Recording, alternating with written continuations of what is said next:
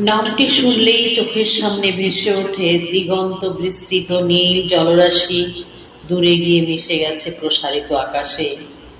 সেই নীলের ওপর ভেসে আছে ধনুকের আকারে ছোট্ট ছোট্ট সারিবদ্ধ পান্না সবুজ দ্বীপমালা। সবুজের জৌলুসে চোখ ধাঁধানো আন্দামান নিকোবর দ্বীপপুঞ্জ। রোজকার শহুরে ক্লান্তিকর একঘেয়ে জীবনযাত্রায় ক্লান্ত মানুষের চোখের আরাম, মনের বিশ্রাম। আন্দামান তোমার অতুলনীয় ঘন সবুজ ও নীলের সমারোহ সকলের দৃষ্টি আকর্ষণ করে।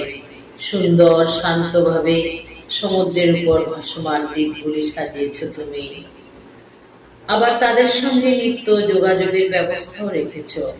সন্ধ্যায় যখন দ্বীপে দ্বীপে আলোগুলো জ্বলে ওঠে আর তোমার রাজধানী আলোতে ঝলমল করে ওঠে, তখন কি অপূর্ব দৃশ্য! এই আন্দামানে বাঙালি বসতি স্থাপন কিভাবে হয়েছিল তারই একটু লেখা তুলে ধরব।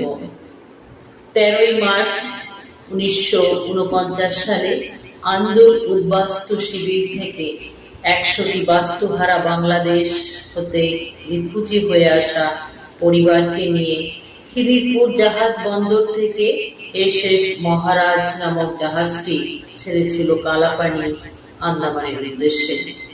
জাহাজের যাত্রীদের মানসিক পরিস্থিতি, মনের পরিস্থিতি ও উদ্বেগ নিয়েই কল্পনা এবং সম্পূর্ণ আবেগময় ভাবনা দিয়ে লেখাই কবিতা কালাপানির হাতছানি।